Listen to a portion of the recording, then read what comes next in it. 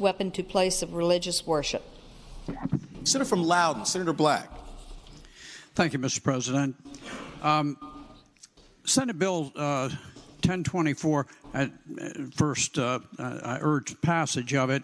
Senator has the floor. And speaking to it, we have had a couple of incidents involving shootings at religious institutions. We had one involving a Sikh temple, which was more in the nature of sort of assassination, drive-by or something like that. But I think when we had the shooting that occurred at the African American church in South Carolina, it really sent shockwaves through all churches because it really highlighted the tremendous vulnerability of people when they were attending church services. These folks are uniquely vulnerable, as we all know, because they're lined up in a church pew. Exiting the pew is very difficult, and it makes them sort of the ultimate target of someone who intends to inflict mayhem on the congregation. The defenses really sort of boil down to either you cower in place or you fight back. And I have been kind of amazed. I did not realize this, but churches across this country and across the Commonwealth have implemented procedures to defend themselves. They reacted very much to that shooting in South Carolina, and so there. I will tell you, there are a lot of concealed carry weapons being used. Excuse me, in churches across the Commonwealth. Basically, under this rule, it repeals the what I think is a rather unusual special provision for churches that limits concealed carry, and basically it applies the traditional concealed carry rules to churches just as it would to Walmarts or any other place. It gives the church control over whether firearms are carried or whether they're not. So it's up to the individual church. In any event, I think it is not appropriate to single out churches. There really is no particular reason to do it, and it makes them especially vulnerable. For that reason, I urge you to vote in favor of Senate Bill 1024. Thank you. Thank you, Senator. For what purpose is Senator from Northern Chesapeake, Senator Sproul, rise? Thank you, Mr. President. Speaking in opposition to the bill. Senator has the floor. Mr. President and members, I caution you about this bill. The question is that every day that we have a pastor coming here and they pray to us. They pray for God for our safety, to pray to God that we do the right thing.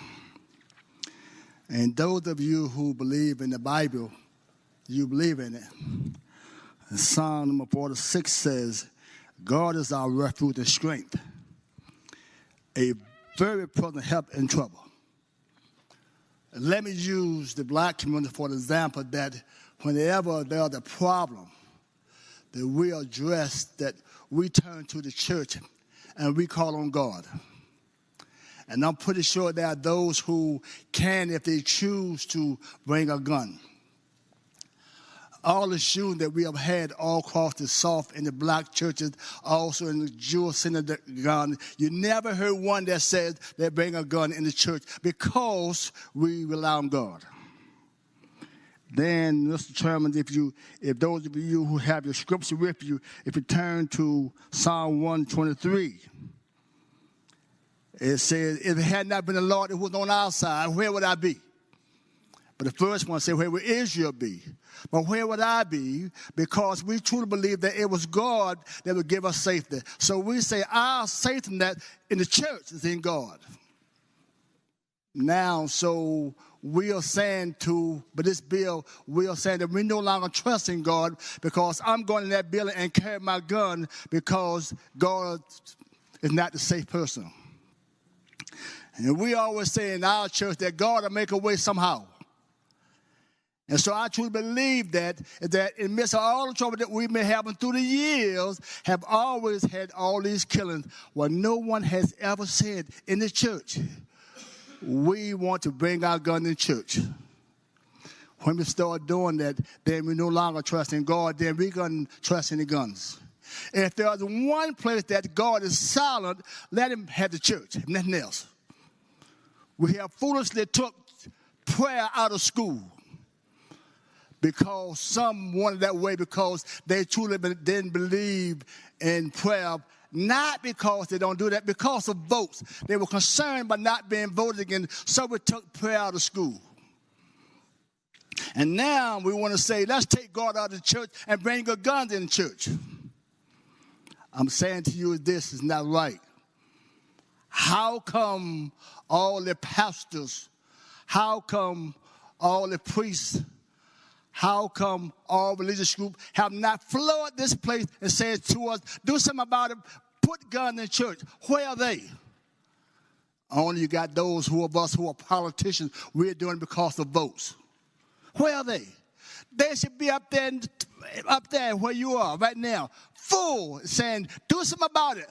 Put guns into the church because we're not safe, because God is not our refuge anymore. So do it. And I'm here to tell you this, that by all the trouble that we may have, still God is God. Also, it says that God will be with me while I'm alive during the time of death. God is still there. And you would know sometimes when you have a heartache, when things come in your family and crying, you call on God. When someone is about to die or someone is sick, you call on God. You believe him then.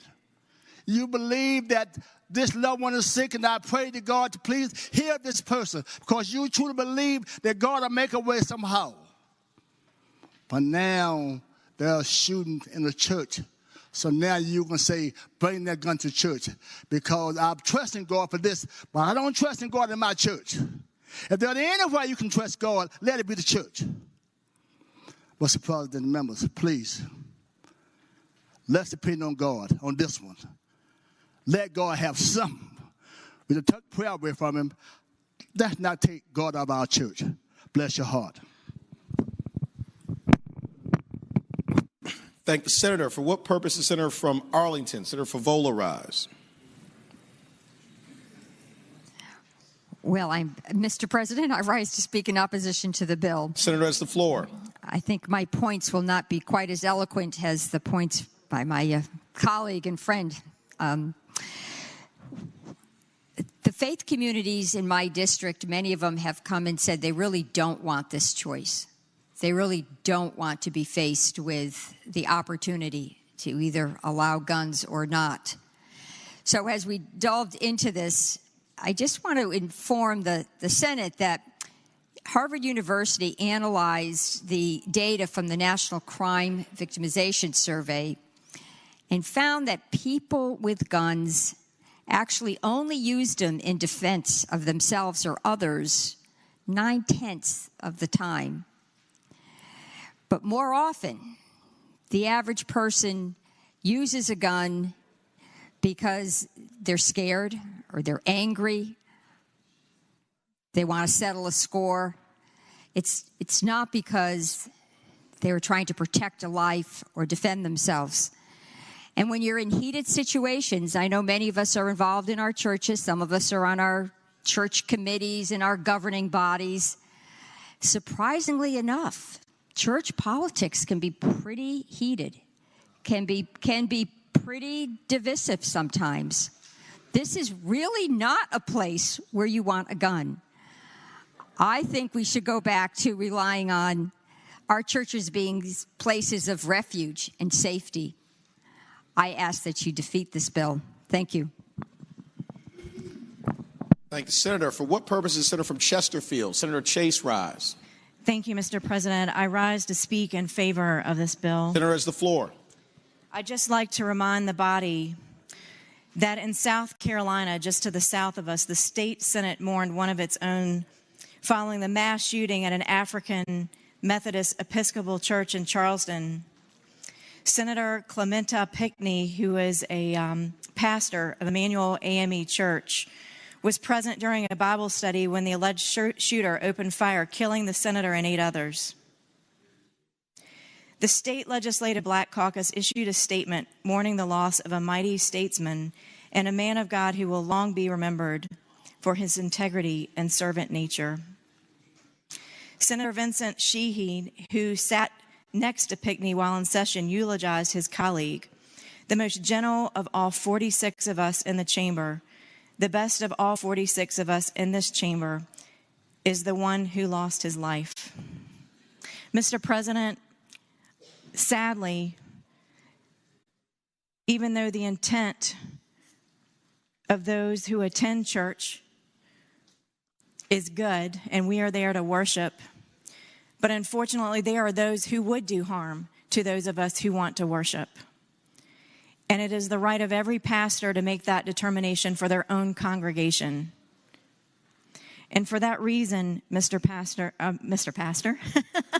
President, I would encourage the body to support this bill so that we can continue to worship in peace and protect those that would desire to worship in the church and protect themselves and their members. Unfortunately, we don't live in a society that respects churches anymore, as can be found in a town hall that I had in my church. With that, Mr. President, I simply ask that we pass this bill. Thank you. Thank the senator. For what purpose is the senator from Hampton, Senator Locke Rise? Thank you, Mr. President. I just want to rise in opposition to Senate Bill 1024 Senator has the floor. And say that I'm assured that Senator Pinckney, the late pastor of Mother Emanuel AME Church, would be in opposition to this bill. Thank you, Mr. President. Thank the senator. For what purpose is the junior senator from Richmond City, Senator McClellan Rise? Speaking to the bill, Mr. Senator has President. the floor. Thank you, Mr. President. I know that there is a difference of opinion about whether carrying a gun will keep you safe or not.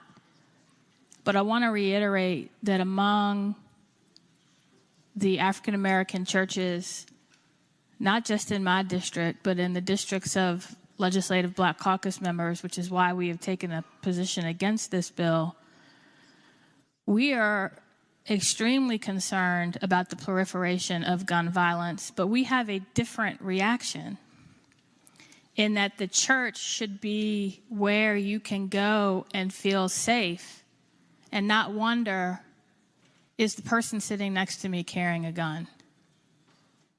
Is the person across from me carrying a gun? And that is why this bill makes many of our religious leaders and congregants very uncomfortable. And I echo what the senator from Hampton has said. The legislative Black Caucus in South Carolina did not rush to allow or expand who had guns in churches in response to that tragedy. They actually also were concerned about making sure that gun violence is reduced. And there are many who believe that the more guns that there are in a specific location, the more likely one is going to be used. And when one is used, law enforcement has said time and time again, when they come and there's an active shooter situation, regardless of where it is very difficult to determine, are you the original shooter or are you someone trying to stop him? And it makes it very difficult for them to know how to react. And for those reasons, I ask that you vote against the bill.